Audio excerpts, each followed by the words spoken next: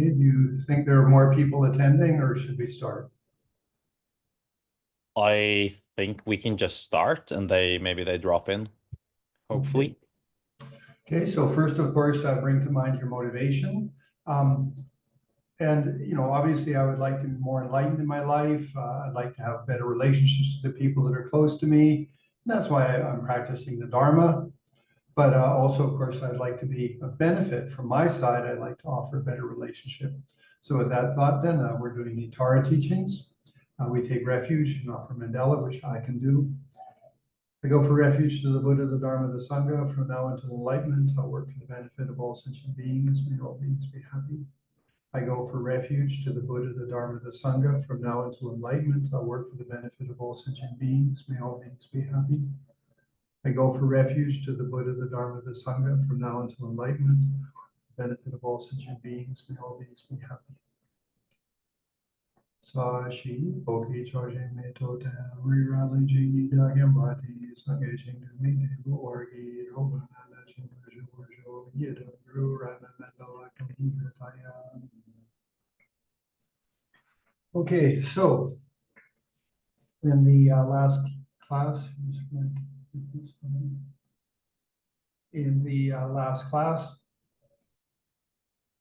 we discussed the generation of oneself as Tara, and then the main point is that you should understand that there's not one atom inside of you physically, or there's not one mental thought that's within you that has any self-existence. All the phenomena of your body, all the phenomena of your mind are interdependent. And so that's really important. Now, that's a relative view. Like right now, you're sitting in a room, you're surrounded by the air, the temperature of the air is affecting you, the humidity of the air is affecting you, what you had for breakfast, lunch, and dinner is affecting you, all of those things, because you're an interdependent phenomena. And then mentally, emotionally, when you came out of your mother's womb, you didn't speak whatever language. You had to learn that. And then, of course, you got educated, one socially, maybe by your mother and father, and then education-wise by the school system, whatever. So again, your mind is interdependent that way. And then, of course, mentally and emotionally, you have all the experiences, emotional experiences that you've had. You're interdependent with those. So if you think of like something like fabric, okay, well, let's say cloth, and then you put a drop of, or no, actually, better example, sorry. So think of a tank of water, like an aquarium, okay, and it has certain things in it. If you then take one drop of a color, for example, red or something, and you drop it in, then that completely pervades and goes through all of the water, with time, depending on the currents. So if in your heart, you just have the thought like bodhicitta. Now, bodhicitta is, may I bring my delusions into enlightenment? It's a really important thought to have it that way. Your delusions are not your enemies. Your delusions make suffering, yes, and you could call them your enemies. But the real factor is that they're basically misunderstandings. You thought that acting this way would be skillful, getting angry or being possessive or being manipulative or being with low self-esteem. Whatever type of thoughts you have, you thought, oh, I can be more successful if I do this. And so therefore, they made you suffer. So yeah, they're not beneficial delusions. But we're bodhisattvas. We're working for the benefit of ourself and all sentient beings. And so although you can see the harm that delusions would cause, they're not an enemy. They need help. Now, why is it phrased that way? Because if you look at your own anger with compassion, in the sense of anger, you just want to be happy, but you're not a good technique. I want to help you become more intelligent. I'd like to bring you into enlightenment. Or let's say you have a lot of attachments, and you say, oh, I'm so attached to this and to that and everything like that. And you can say, well, attachment, you don't help the situation. You actually make it more complicated. Yes, you care, but you care in a very possessive way. I'd like to bring you to a more enlightened position, to my own attachments and my jealousy, my competitiveness, whatever it may be. Now, if you do that with your own delusions, bring them into enlightenment, It means when you meet somebody else who's angry, jealous, possessive, manipulative, whatever, you automatically have the familiarity to say, I'd like to help you come into enlightenment. Now, what's interesting is in both those cases, whether you're working with yourself or you're working with others, is how intelligent you are, how skillful you are. I mean, you could just say, anger, get better, you know, might not help very much. If you lose some intelligence, you say, well, anger, you make me upset, you make other people upset, you give me indigestion, I don't sleep at night, you drive my friends away, you know, you use some logic. So when anger comes up, you can say, anger, I recognize you're not useful, you know. So again, you're dialoguing with your anger. I mean, even His Holiness the Dalai Lama said this. I attended an audience with him. There was back in like 1973. There was all of us monks and nuns. We were like maybe 20 of us, you know, from Europe and from Australia and from Canada and the United States, all over the place. And so Dalai Lama was very happy to meet us because we were the very first Westerners to get ordained and to sort of really be pursuing Buddhism in a deeper way. And so he asked some very nice questions. And finally, he said that he looked at us all, you know, and this is the Dalai Lama, like the Pope of Buddhism. You know, and he says, and how do you deal with your sexual feelings?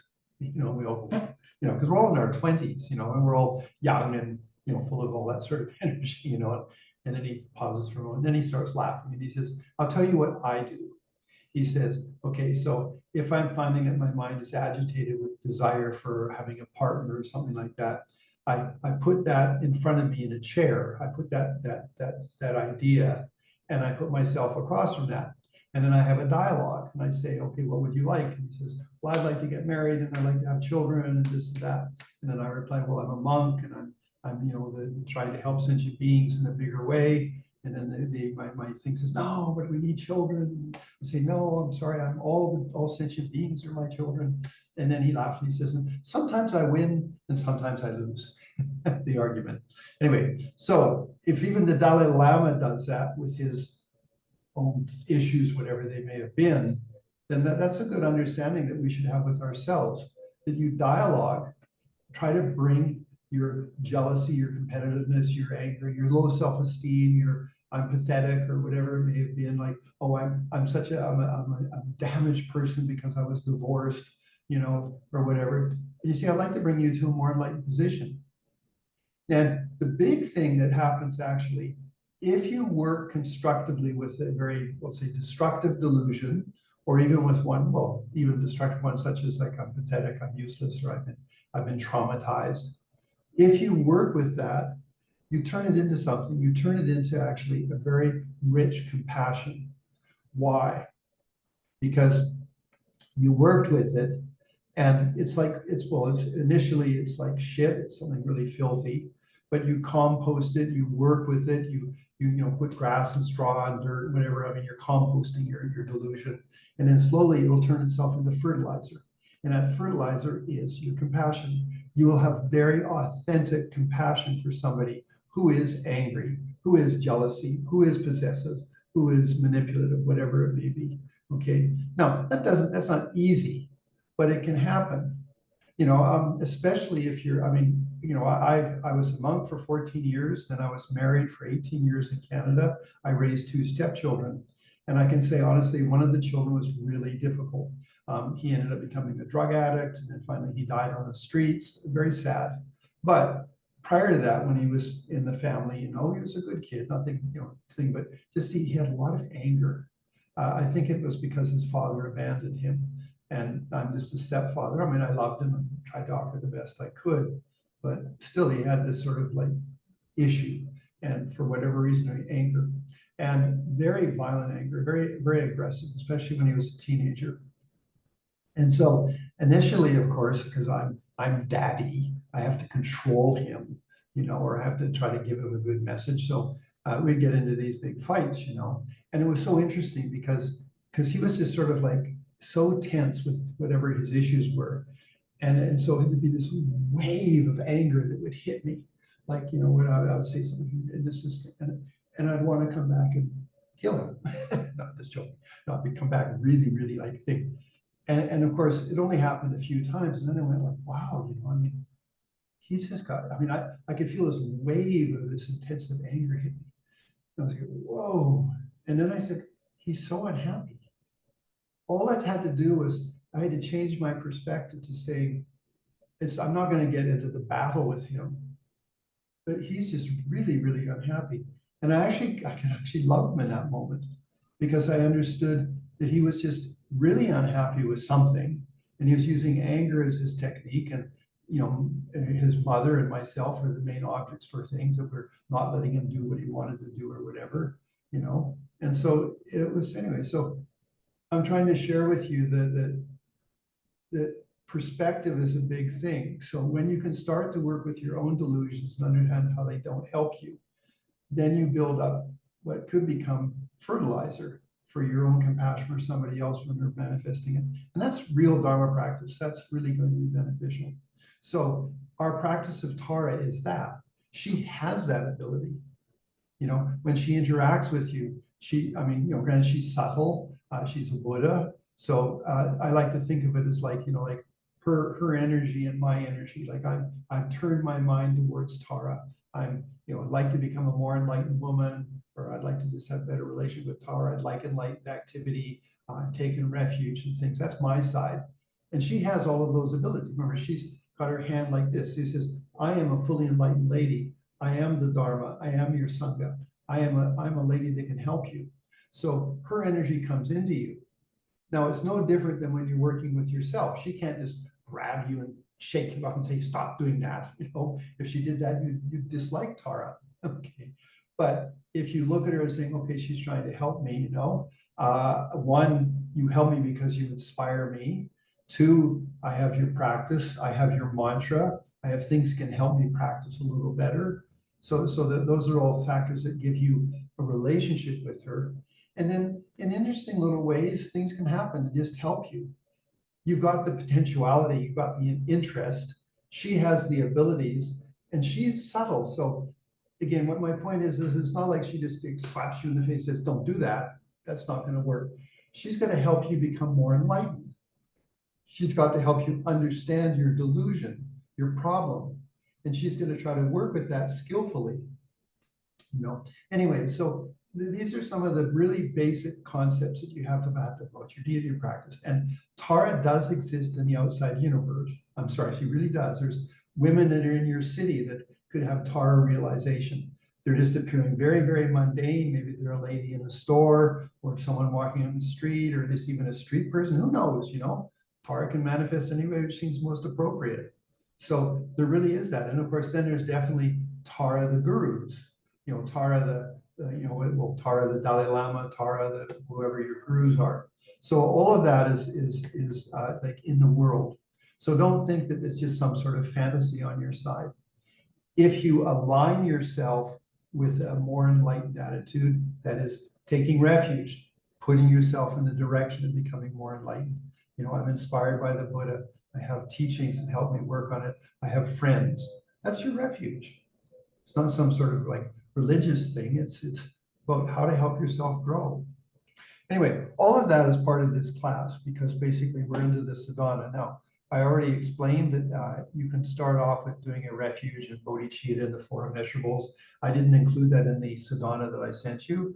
You have Om Soho Shuddho, Sarva Dharma Soho Shuddho Om. All the universe is pure, and so am I. All the universe is pure of, free of, independent self-existence. There's not one atom of anything in the physical universe that's independently existing. It's all interdependently existing. And so am I. And that includes me both physically and mentally. Now that's really important, because it means whatever your delusions are, they are not closed systems. They're not shut off. They can be affected. That's why the example I gave, if you took a tank of water and you put a drop of red tint into it, then slowly the tint changes the water. You put a drop of bodhicitta, good intention, into the fabric of your being, and it will affect it. There's no doubt. Now, how much it affects it, this depends on a variety of factors within you. If you've done purification practices, do you have any, the stability, are you in touch with yourself? One of the really important things is learning how to slow down. Your breathing meditation, shamatha or vipassana or whatever you want to call it. But the thing is, it's basically mindfulness of breathing. And there's now huge studies in universities about the benefit of mindfulness. That if you practice mindfulness for 2 months, for 15 minutes a day, there are statistics that show that you'll be more peaceful, you'll have a better management of your stress, your immune system will improve. Why? Because you slow down. You're not always like just running ahead of yourself. You slow down and you got in touch with yourself. That's the benefit of mindfulness meditation. So definitely include it in your practice. If you can even just do 5 minutes or 10 minutes and just, I'm happy. I'm just sitting here. I'm present with my breathing. Mindfulness, just present with my breathing. You slow everything down. You get in touch with yourself. That's where then you can take that personal space you develop because of your breathing meditation, and then you can have a dialogue with your anger and such. Because normally, isn't it, our anger is right there. It's right on, like we're angry, But when you have a little bit of mindfulness, you'll have a little bit of personal space to say, I'm getting angry. I recognize that I'm mindful. Slow it down, go to my breathing a little bit. And then that's the second factor, that if you develop a lot of familiarity with your breathing meditation, you really have an ability to, you just bring your awareness to your breathing and immediately go, that's from familiarity with my breathing meditation is me relaxing, getting in touch with myself.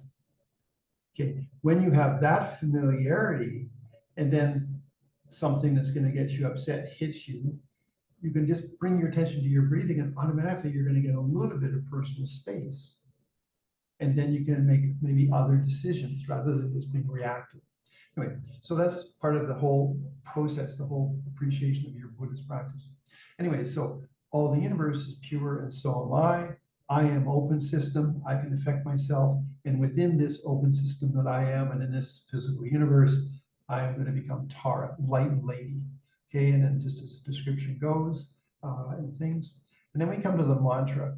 Okay, so as it says in the last line, it says, my entire body is the nature of light, and my heart is Tara. So you have another little Tara, and that one can be unified with your gurus, the Dalai Lama and whoever gurus you have. That's that little Tara. Although she appears as Tara, she's one with the nature of your gurus. And in her heart is the syllable tum on a moon cushion. The moon cushion, a little white disc, tum standing in the center, and it can be T-A-M, T at the top, A in the middle, M at the bottom. If you study the Tibetan characters, you can do that, but you can do this all in English or whatever, in your language, in your own country, whatever seems appropriate. It doesn't matter. Okay. And then around going clockwise is Om Tare Tu Tare Ture Soha. Okay, 10 syllables. Okay, so Om Tare Tu Tare Ture Soha. Okay, each of the syllables is okay, it is OM or AUM as you wish, okay, Om. That one's green, standing upright. So you have the moon cushion and standing up at the edge around the tum syllable is Om. Now that can be horizontal, there's OM or OUM, Om. And that's green and it has its own sound. Ta is first, it has its own sound and its own light, green light. Re has its own sound, its own light. Tu, ta, re, tu, re, swaha. Each syllable has its own, it's unique. It's ta, re, but you have ta, it's a syllable. And that's TA, and it's vibrating, it's green. And re, it's green, it's vibrating, re. Okay, and of course, so all of that, that's a little bit, you need to be quite quiet and peaceful. That, of course, it's tiny. It's in your heart in a little thing. So that requires quite a bit of like, I'm peaceful and open my imagination. I allow myself that I have a body of green light energy, and then I go and I have a little beautiful green tar in my heart, and then in her heart floating, it says, oh, tiny one. And of course, I have the ability, like my mind is like a microscope. It can expand that, and I can say, I am one with the tum, and I'm looking at the Tutari Turi Soha going around that. And then a little bit bigger is the Tara that's in my heart. And then there's the big me, like the size of the room that you're in is the big Tara. You can do that. It's your imagination. Your imagination can do incredible things. Okay. Now, they often use the word visualization, but no, the better word for it really is your imagination. Like when you, if tonight, it's evening time for you guys, if let's say tonight you're going to go out and have a nice meal with someone that you love, and even you just think about, oh, I'm going to be with that person. It's your imagination, you're not visualizing it. You are, oh, I'm going to be there with this person. And then maybe your mouth waters because it's going to be nice food or your heart feels good. That's what you want with your meditation. So you imagine that you are, okay, as much as you can, you relax, you go down and you are the tum syllable. Now, some people then say, how can my mind see in 360 degrees? It seems like that's impossible because we put too much emphasis on our physical eyes. So we're always looking forward. Your mind can see in 360 degrees. Okay. Now, how you can do that is, I don't have to think about it. We'll hear it. Use this thing. So there's a thing. So if you're looking at it like this, or if you're the tum syllable, you're looking forward. But if you go above it, you can see tum and you can see the mantra going around it, isn't it? Okay. So what you do is you come above the tum, and then as you go down, don't lose the perspective you're seeing in 360 degrees. And then just try to hold it that I am tum and I'm seeing 360. It's just a little exercise to try to make your mind open up a little bit, to not be too closed. So just an example that then, so the tum's in the middle, and then Om Tare Tutare Turi. So Om was always in the front, okay? And then the mantra goes around that in a clockwise direction, okay? So that's the visualization that you have. Now, so when you do the, okay, so recite this many times as possible, visualize healing light radiating out to all beings. So first off, you focus in on that. You put a little bit more emphasis, I am the tum, and then you have the mantra around you, and then you have the little Tara in your heart, and then you have yourself as the big Tara. And again, you have to be familiar with it. Just give yourself 2-3 months to sort of let yourself have more and more sense of connection with it. It's not like tomorrow morning you get it, okay? Like that. And so then you just feel it. And with time, you can add facets. Like you can say, okay, I am the little tum, but I'm also the big Tara and things. And so you can shift your attention back and forth to being big Tara, Tara in the heart, the tum syllable. You go back out and you can spread your mind out and like that. Don't be too rigid with yourself. So anyway, then you recite the mantra. And that's literally, as one Tibetan Lama said, it's the cell phone number for Tara. Now, it has meaning. Tare Tutare Ture. Om, my body, speech, and mind is integrated.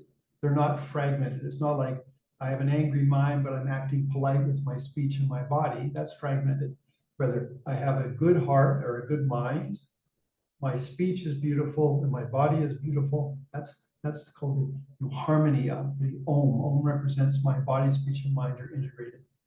Tare refers to I have the basic, what do you say, qualities of the spiritual life. Okay. Now this is very much related with the graduated path to enlightenment. It's the standard practice given by Lama Tsongkhapa and by Atisha. So the first level is called the initial scope of spirituality. Sometimes it's called the inferior, but that's really wrong. It's not inferior. If you don't have that, you don't have anything else above that. So I've got a precious human rebirth. That means, hey, I've got potential. I won the lottery ticket of a good rebirth. I'm so lucky. I am so happy. And you can use actually the feelings, like if you did win like a 100,000 euro lottery, you'd be like, wow, I'm so happy. Hey, I can go and give some money to my mother and my father, and I can pay some bills. And wow, it's so good. Why? Because you have potentiality.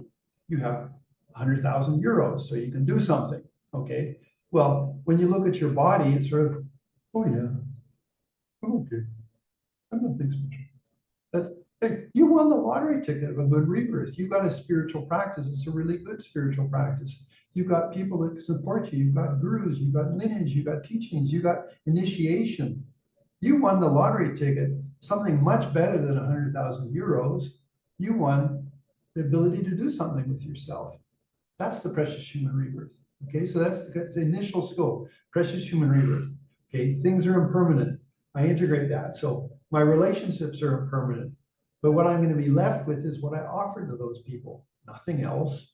Am I offering nice things or am I offering shitty things, you know? So that's like, my relationships are impermanent. May I offer something really nice to them? Because it's going to be over at some point, and I don't want to be left with my garbage that I offered them. Okay. My possessions, all my possessions will disappear.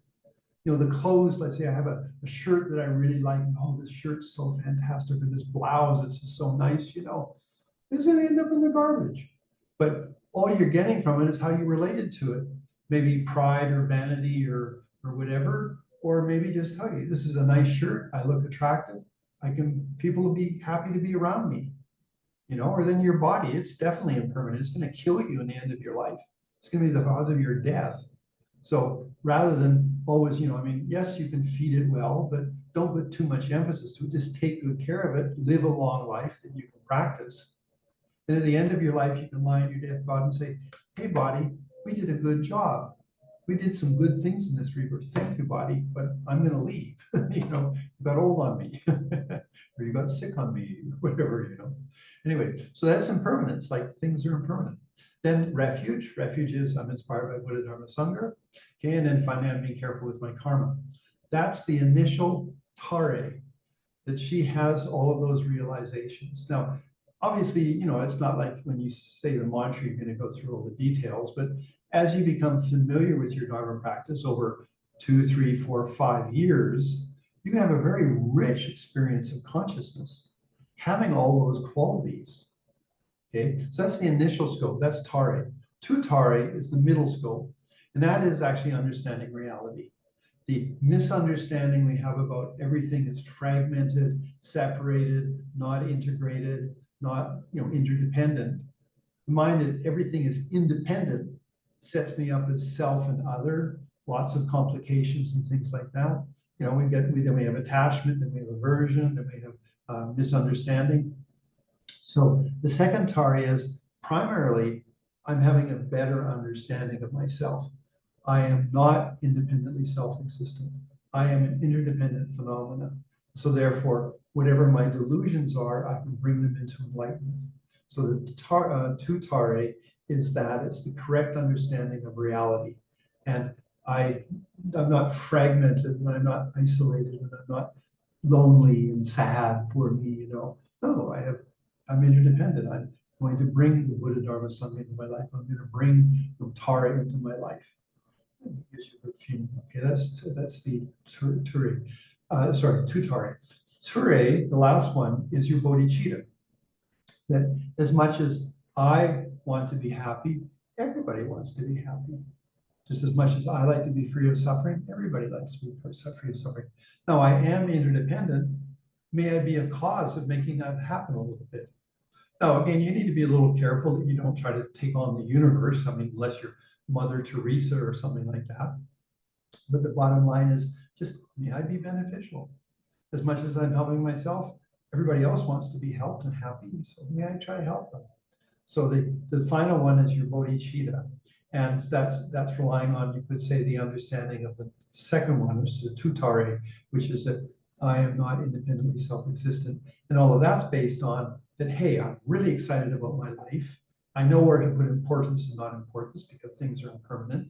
I have inspiration, Tara, and I'm knowing how to work with my karma. And on the basis of that, then now I'm looking more deeper in myself. I'm working on how I misunderstand reality, tutare, and hey, may I be beneficial to the universe, ture. Soha, may that come true. Swaha or soha, swaha is may that become true. So that's what the mantra means. Now, again, give yourself some years of practicing. Give yourself some years of practicing, and it slowly grows into something as a rich feeling. But it could be that you automatically just have a feeling there, you know, that it's good. You know, I mean, each one of you is unique. Some of you might just get the connection like that with Tara, like divine feminine energy. And some of you might take a little while. That's just normal. There's nothing wrong with that or bad. It just each one of us is different. But you do have now her cell phone number. You have a good lineage. This lineage comes from the Dalai Lama and from his teachers. I've done many, many retreats of Tara. Okay, so you have a good lineage. And so now you have it. So very good. So that's the mantra. So we have, I became Tara. I have little Tara in my heart. I have the tongue and this thing in my, very tiny inside of that. I can focus on those, come down to being subtle and then come back up. Okay, I have some understanding of the meaning of the mantra. And then when I recite the mantra, you can feel that from the mantra comes green light, or white light if you want purification. Actually, there's three colors that you can use for that. White light is to purify. So maybe you want to purify an illness in your body, or maybe you want to purify some negative karma that you have, some particular issue or something. You want that to lose power. So that's the white color. Let's say you want to, let's say, have better intelligence or longer life. That's a golden color, yellow or gold. I like gold personally, it's a richer color. So then that's gold color that comes out of the tum and the tutara soha, fills the little Tara, fills your big body Tara, and you can spread it to the universe, okay? That's gold color. Then red makes you more attractive, makes you more influential. Now that one is like, you visualize red light, but as the red light comes out of the tum and the mantra in your heart, it has hooks on it. And as it goes out, it then goes through the little Tara in your heart to the big Tara, goes out to the universe and hooks things, draws in things to be more influential, successful. So for example, if you're looking for a job, or if you're looking for, I don't know, you're single and you want a relationship, well, that one you have to be careful about, you know, but anyway, or whatever you want, you feel these red light goes out and it hooks all the things that will help that happen, and pulls it into you. They draw it into you like fishing lines, okay, hooking it into you. That's red light, okay. Those are the three main colors that you focus on, okay. And that's as you recite the mantra, okay. Now, so that's, you got the mantra, you recite it, you can relax a little bit on all the visualizations or imaginations if you want, and just get into the energy of Tara's mantra, and let's say white light to myself and to all sentient beings, golden colored light to myself and all sentient beings, red colored light to myself and all sentient beings, whatever you want, okay? Or, I mean, if you're doing, let's say you're going to do a retreat, okay, like even a weekend retreat, let's say Friday, Saturday, and a Sunday. So you start Friday night when you finished your work, you go in, you set up an altar. Actually, maybe the next class, because this class will be, yeah, and then I'll do one more class with you guys next Thursday, and I'll talk about how to do a retreat. Okay, so but not this class first. Let's just go through the details. Okay, so on Friday you'd set up an altar, which I'll describe next week. And you have your Tara. Then that night you do the Sadhana, and I would do a little bit longer Sadhana. There's some maybe from fpnt.org you can get, which have a little bit more details. But anyway, this you do this on even the little one we have, okay. And then you do the practice maybe for 1 hour. Then you go to bed at night. The next morning, get up before breakfast, you do a session. And then maybe after breakfast, you do a session. Maybe before lunch, you can do another session. Each session is just like maybe 1 hour. You know, that's 3 sessions for that Saturday. And then in the afternoon, maybe you do one at 3, because after you've had lunch, you better rest a little bit. And you can do other things. I mean, you could go shopping if you wanted to, but you know, if you're trying to do a retreat, then just read books and maybe do some yoga or something, whatever you want. And at 3 o'clock, then you do another session. 5 o'clock, maybe you do a session. Then you have dinner. And then at 7 or 8 o'clock, you do your final session. So you've done 5 sessions, or even maybe 6 sessions in the day of 1 hour each one. Then Sunday, you do the same thing until maybe lunchtime. And then you break, and then you can go and spend time with your friends or whatever you want to do. So that's a way to do a little bit of a retreat.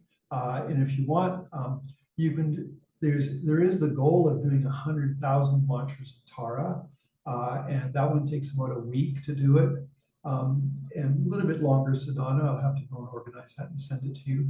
But anyway, so that's different things you can do with the mantra recitation. And now, when you're doing that, why I touched on doing retreat is because you can also, when you're, for example, doing a 1 hour session of Tara's mantra, you can do the visualizations or imaginations of Tara, the tum, your big Tara, the sending of light.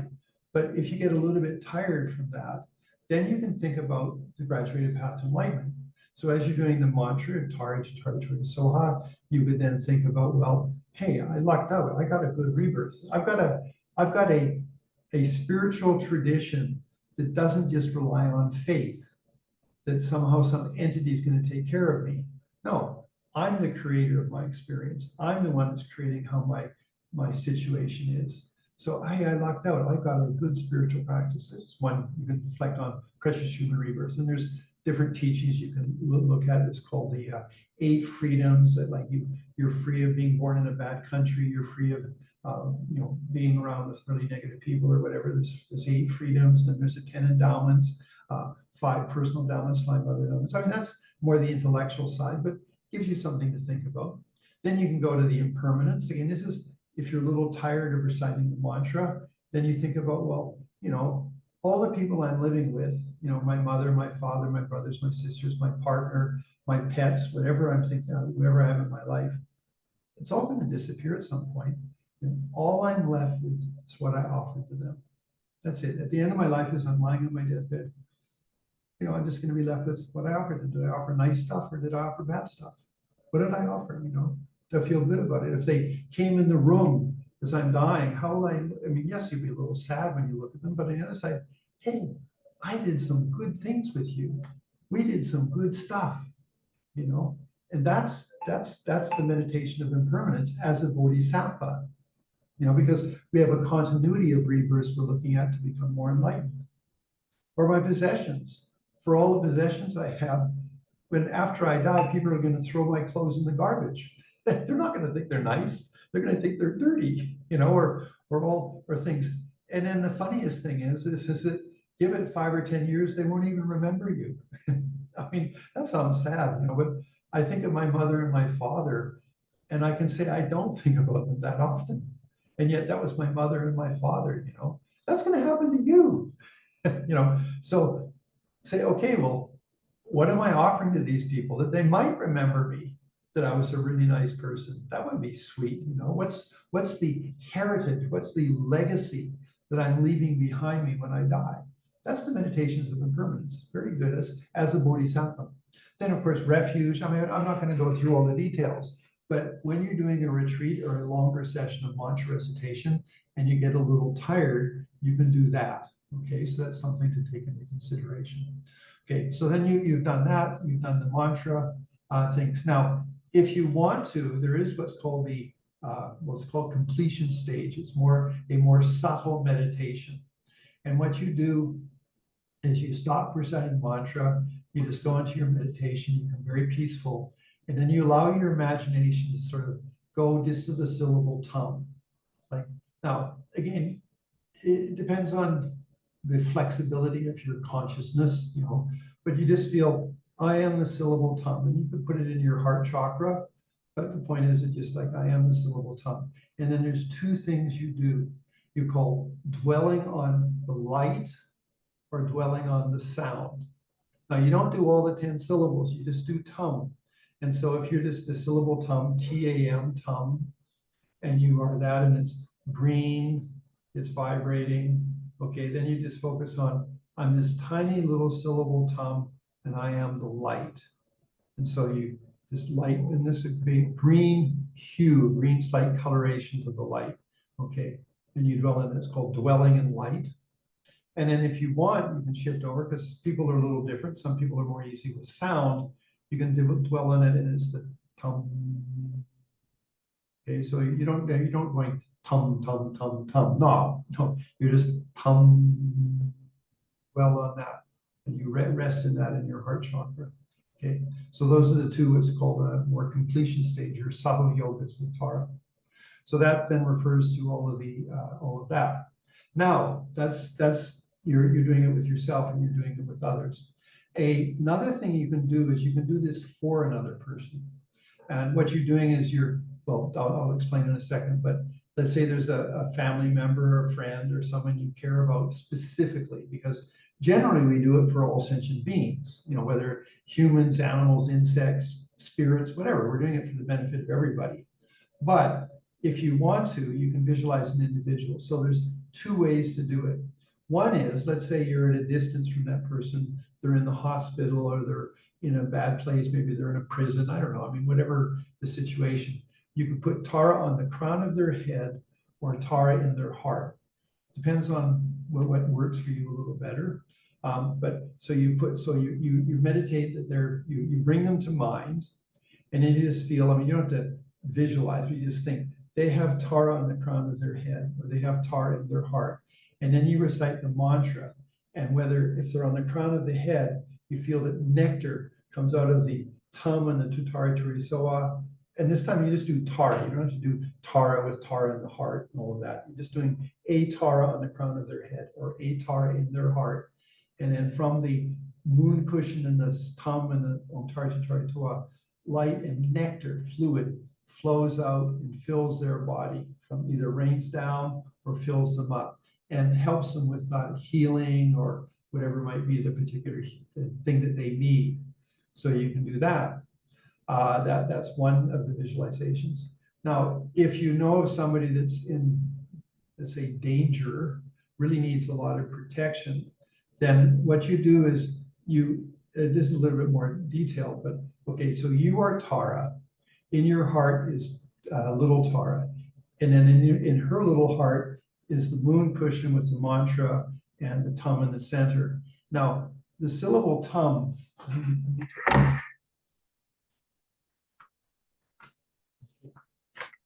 so, okay,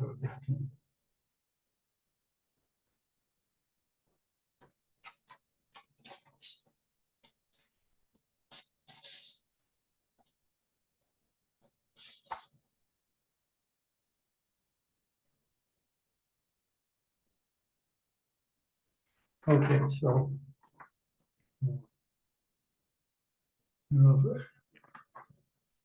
that's not, I don't know if it's showing up.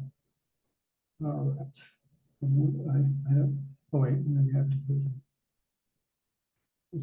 It doesn't show up. There. Let's see, on my screen now it shows up. So you have TAM standing in the center of the moon cushion. At the top of it, you have a little crescent moon, a dot, and a squiggle.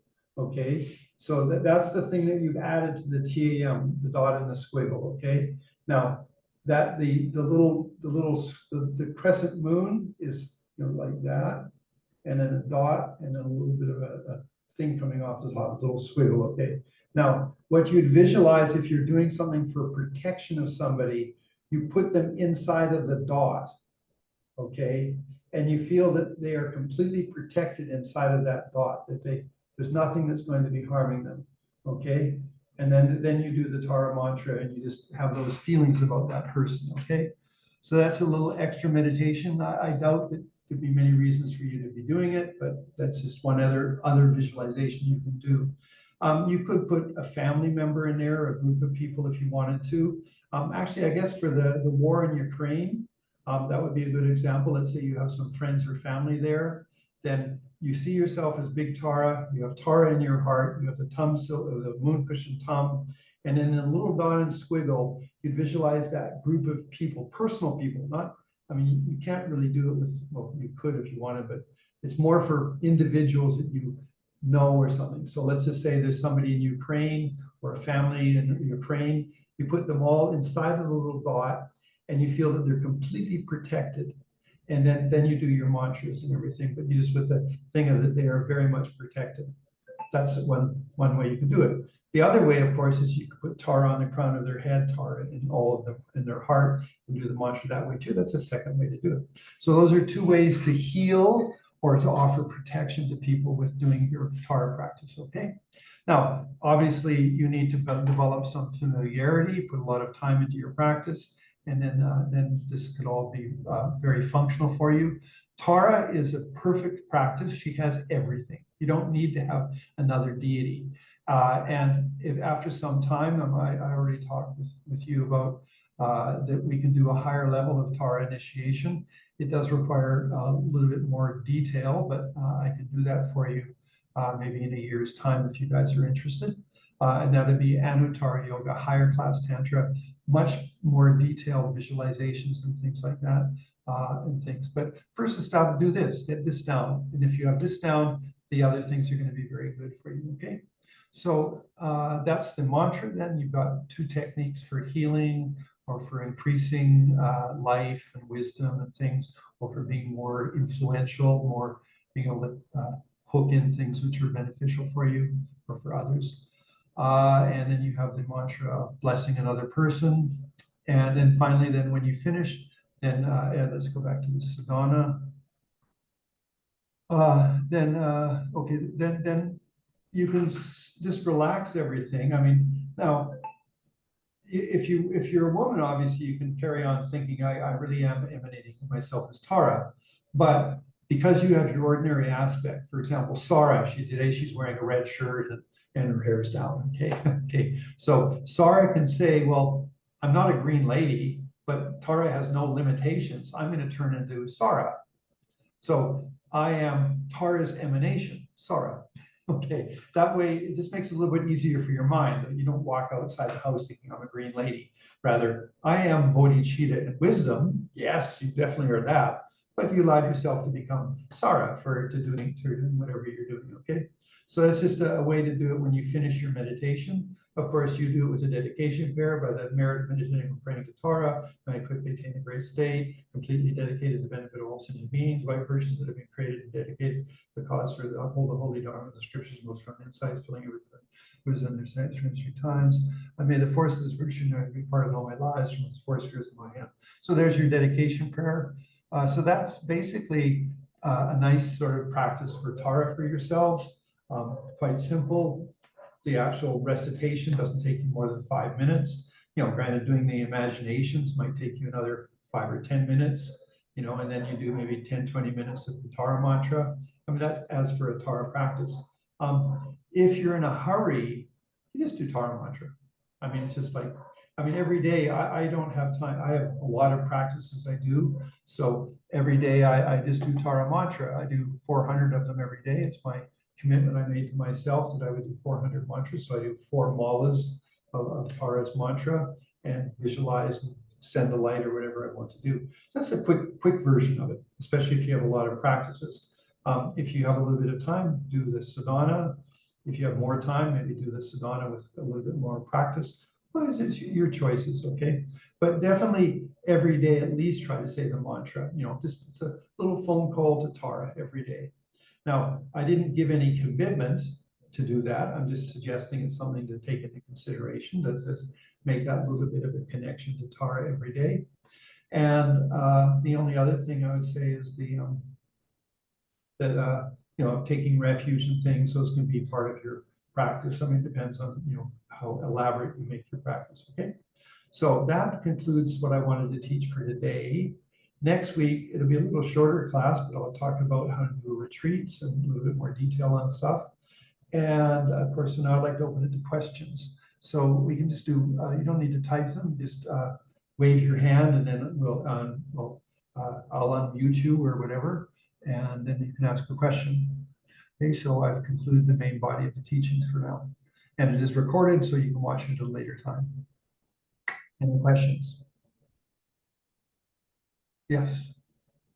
Thank you, Lola. Is there a difference between, just for clarification, the mantra should be spoken aloud physically with a voice, not only visualized? Okay, yeah, sorry, I missed that. So you should be, it's called whispering. So Okay. if I was to say the mantra, someone sitting beside me wouldn't really know what I'm saying. That's the tone level. So it's not like, although actually when you're in a group, like if you did let's say, you know, you get some Tara prayers and 5 or 6 of you get together, then you can chant it. And I mean, there's different ways to chanting. There's some very nice ones on YouTube. If you go and sort of look for chanting Tara mantra, there's Om Tare Tu Tare Ture So.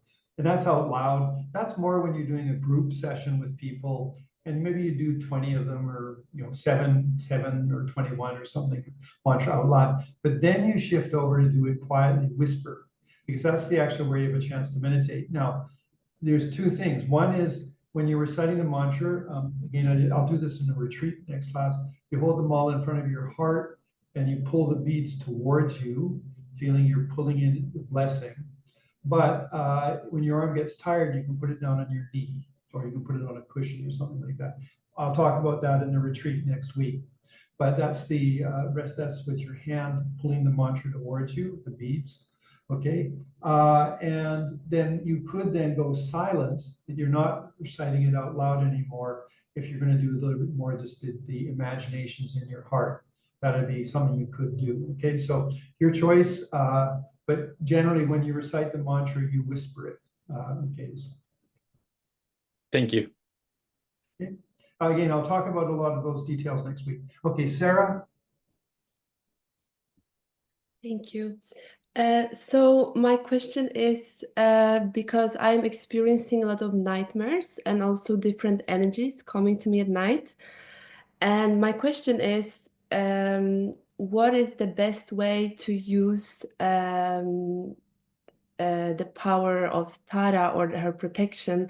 Like, is it also the TUM, no, TUM, with the crescent moon and myself in the, like, because what is happening is that I often wake up to that and I say my prayers before bed, but how can I protect myself when I'm in it? Yep. Okay, you could visualize yourself in a little dot and squiggle, yes. But more, I would just create that you're in a, like, if you do, you should feel like you're in an eggshell of protection. Okay, now, okay, let me just think for a second. That if you use the example of like the tank of water and you put the drip of a tint into it, and then slowly the tint does something. So for whatever reason that you're having nightmares, so whatever the reason is, like it's like in the water of the tank, there's these nightmares, but you put a drop of the tint, in this case will be green color, Tara, okay, and you put a little bit more identification to that rather than to the phenomena that was appearing in the nightmare and such like that. So when you wake up and you're all agitated, that's where you just move to Tara energy in your heart. I had a friend of mine who had basically Kundalini trauma. That means that they had a big psychic experience, and then for weeks after that, they were so sensitive. They just didn't know how to deal with life, and they had to withdraw. And so what he did was he basically isolated himself. He was a monk, so he had that opportunity. And he would just go into his heart and feel that there's a spark of bodhicitta.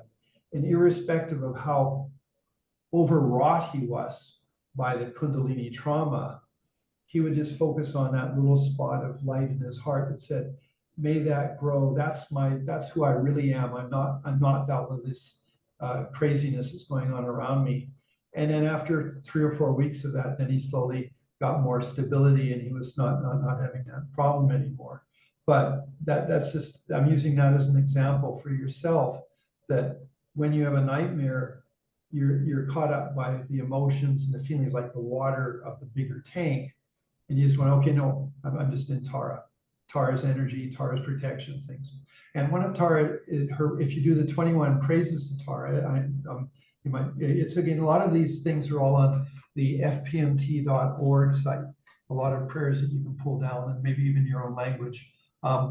In that, then there is, in the 21 praises, it says, Tara will protect you from nightmares. Now, you obviously have to build up a capacity to have her, to have the confidence in her, but that's one. But the other thing is, because just about nightmares, okay, what generally it happens is when you wake up from a nightmare, what you should immediately do is think, what did I try to avoid yesterday? I use this technique myself. I don't have many nightmares, but when I do, what I do is I wake up and my heart's beating and I'm feeling all agitated. Like, okay, what did I do, Jampa, yesterday that I turned into a monster? So, maybe I'm walking down the street, I see someone that I don't like, and I cross the street, I try to avoid them. I made them into a monster. I want to run away from them. Or maybe, I don't know, whatever this thing is. So what you do is when you wake up from a nightmare, it's just, you're lying in the bed, you're all upset, and you say, okay, what did I avoid yesterday? What did I make into a monster yesterday? And if you go through and you, oh, when you catch it, normally all the fear goes away. At least my experience of it is that you go, oh, I got the thing that I made into a monster, or I made into the cause of my nightmare. And it was generally it's a fear. And it's, I want to avoid that. And therefore, like you want to run away from it, I want to avoid it. You made this into a monster. So that's something to really take into, I would take that as being a bigger exercise for you in regards to your nightmares. Look at what you're afraid of, what you're trying to avoid, what you're fearful of. Okay, I'm not going to be afraid of it anymore. Even that much will change the nightmares, okay? But you can also then say, Tara's in me, and Tara's going to help me. Okay, so those are some suggestions for that, okay? But the main thing I would say, especially if you're more sensitive,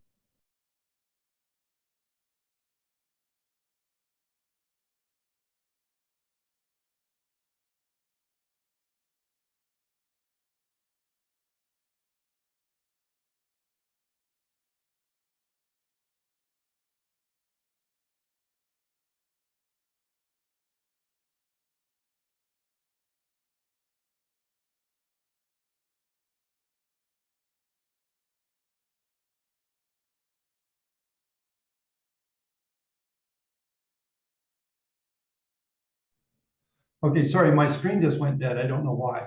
Okay, anyway, so did you get all that, Sarah? Yes, thank you. Okay, good. Sorry, I don't know what happened. Okay, okay. Anybody? But you were about to say something, the last part, if you are more, especially if you are more sensitive, and that part I don't think we got because your screen went out then, so I would love to hear that part. Okay, those are just then you learn how to dwell more in Tara energy. I'll give you a good example that Buddha Shakyamuni, when he was under the Bodhi tree and was going to become enlightened, I think I talked about this in a previous class, that that Mara then first sent his 3 daughters to try to seduce him. Buddha didn't buy into that. Fine, went away. Then Mara sent all of his demons to attack the Buddha. But when all of their weapons came a little bit close, they turned into flower petals that rained upon Buddha's body because he had compassion for all of them, all of the demons that were trying to affect him. So what you want in regards to if you wake up at night and you're feeling fearful or being inundated by lots of energies, that you just basically, you create this envelope around you of Tara energy and just feel that whatever comes into that then turns into flower petals and rains on your body. It's your imagination, but if your imagination's strong, that's what happens. Thank you. Other questions, commentaries? Yes, sorry. Anime. For how long, when we are chanting the mantra in a group, how many times or for how long should we chant it in a group before we go in and chant it more silent? 7 or 21 times. I mean, in our Dharma center here, if we're doing a little group practice, maybe we do it 21 times. I mean, if it's a really nice group and a lot of good energy, we can do 100, 108. Yeah. Okay. But yeah, that time, then when everyone's done that, then everyone goes quiet and everyone just does their quiet practice, okay? Okay, thank you. Sure. Other questions, commentaries? And there's going to be 2 videos because I think the video got cut and then started again. So anyway, if there's no other questions, then we'll dedicate. But it's been 1 hour actually, exactly, which is good. So, okay, next week I'll talk about doing a retreat. I'll also talk about dreams in the sense of when you do Tara practice, she does talk to you normally via your dreams. And so I'll talk about that a little bit. So next week we'll do just a brief review of this. Then we'll do how to do a retreat, setting up your altar and such. And then we'll do talking about how to work with dreams. That's good. That covers it. That was the 3 classes on Tara practice. Okay, so very good. So everyone's looking peaceful. So we will dedicate. Okay, so then for my getting to attend this class, the time it took me to do that, for attending the class for today, for all of that, and for all of my good feelings and thoughts and such. I dedicate it to a more enlightened life. And I take that and I offer that for the benefit of all. Yewadi, Nirduda, Lama Sangeju Gurne, Joa Jiki Malaba, Giki Sala Gobojo, Chanchu Semcha Rimboche, Magi Bonagi Gurjin, Yewa Nyamba Mebehi, Kone Kondu Kawasho, Kewa Kundu Yona Damadan, Drami Jogi, James Sadhana, Yonan Rabzone, Dorji Changi Goba, Nirvasho. Okay, so thank you very, very much. Great to see you all. Nice. So have a nice evening, afternoon in your place. And I will see you next Thursday for the final class. Take good care. And if you have questions, write them down so you remember them at the next class, okay? And of course, if you do want to talk to me privately or personally, you have my email and such, so you can send questions and things, as time passes. I am available, at least I'm not, I always joke and say, I'm not so popular that I'm too busy. The worst thing that can happen to your teacher is they get too popular. Okay. Anyway, so take good care and bye. Thank you.